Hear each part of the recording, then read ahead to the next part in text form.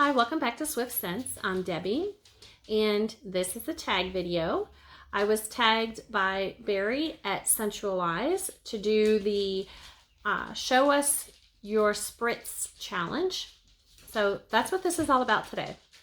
So this one has 9 different categories in there, and you're supposed to come up with some different fragrances and things for those categories. The first category is unicorns are real. And in this one, you're supposed to talk about the fragrance that was your unicorn, that took you the longest to get. I actually still have a very important unicorn out there, and that is Italica by Xerjoff. I was able to get this small little decant. I'm dying to get a full bottle of this. It's only available at Harvey Nichols and their own little shop in Italy, which I don't think anybody's going there anytime soon. Italica is a very nice, like caramelly, creamy, just a beautiful gourmand. Makes me hungry. My mouth is watering now. So I haven't gotten that unicorn yet. That's what I'm chasing. But the unicorn I just did catch, and this has been on my list for a while. This is Delina by Parfums de Marly. And this is actually their newer version. This is the Delina exclusive. And this is a very nice rosy, like a powdery rose scent. If you like the rose notes, this may be a very good fragrance for you. I get killer performance from this. It lasts me all day long. I get lots of compliments from this every time I wear it. So my unicorn is Delina. I did just get the exclusive version, which is the most recent release. The next category is, sorry, my notes are falling, House of the Rising Scent. And this is where you talk about a house that has most recently or more recently come to your attention.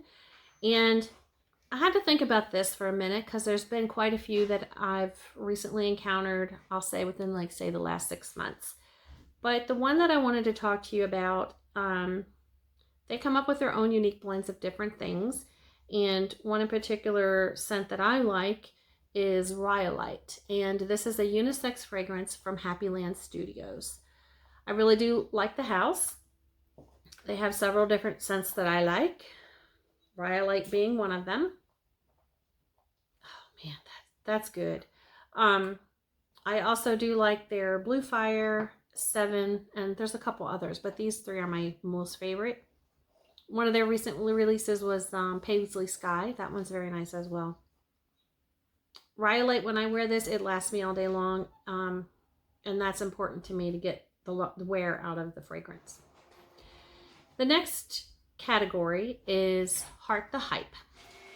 And this is where you talk about a fragrance that's been hyped up a lot, where you agree with the hype.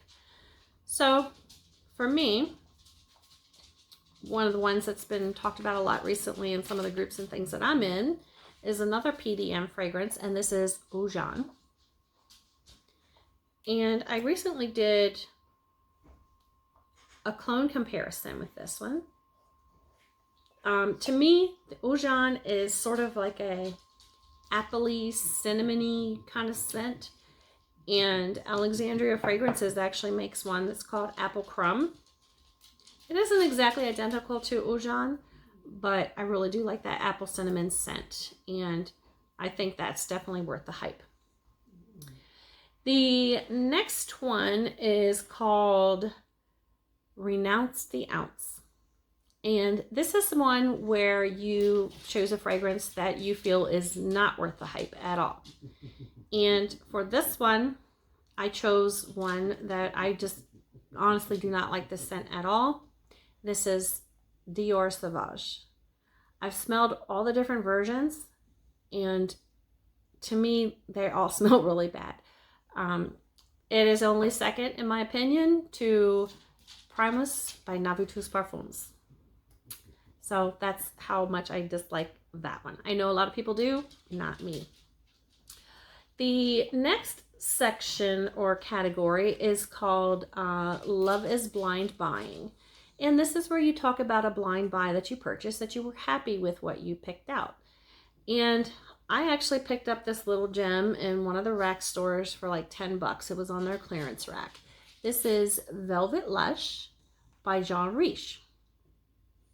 Velvet Lush is a warm scent.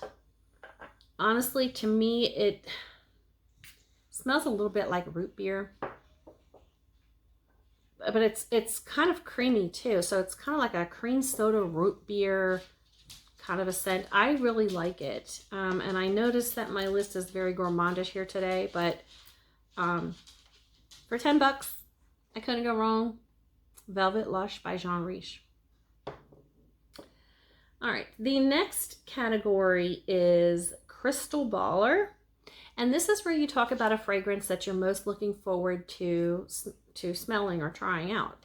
And I would really like to get my hands on Good Girl Gone Bad by Kilian. I do like a lot of the scents that Kilian makes, and I haven't had a chance to smell that one yet, so I really would like to try that one out. The next category is I Take It Rare. And this is where you talk about one of the fragrances that in your collection that not a lot of people have. What's the rarest thing that you have in your collection?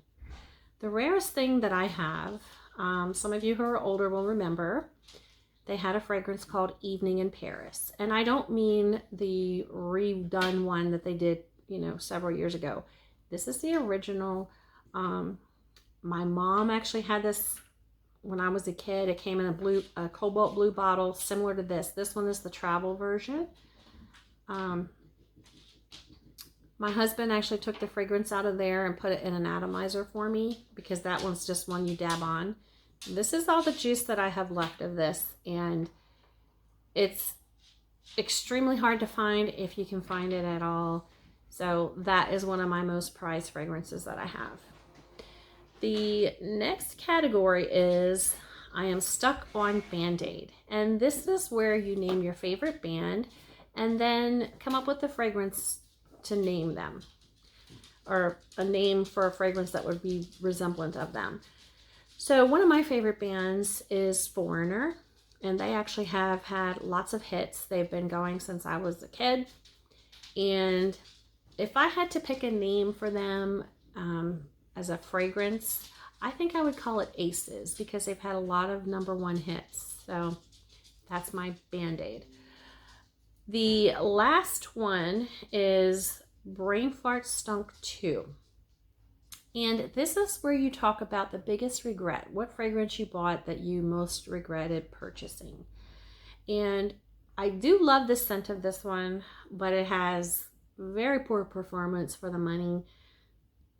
I did pay full retail for this, $170 in Neiman Marcus, and that is why it is one of my fragrance regrets. This is from the Armani Privé line, and I'm probably butchering the name, but it's Pivot Chajou. It's basically peony. It does have a beautiful scent. Let me, man. Between the peony and I think there's some rose in there. I mean, it really is just a very nice floral fragrance. It's beautiful. But if I'm paying $170, I want it to last more than, say, 3 hours. And that's about all I got out of this. So I don't wear it a lot, mainly because I don't get the performance out of it that I really think for $170 you should get. So again, Barry at Scentualise, thank you for tagging me. Guys, if you haven't had a chance to get over there, go over there and take a look at his channel. He does have some really good content over there. Now, for who I would like to tag to do the next video, I'd like to tag Making Sense, Civilized Redneck, and Titan Fragrances. So guys, go ahead, show us your spritz. Make sure you hit like and subscribe, and I'll see you next time on Swift Scents.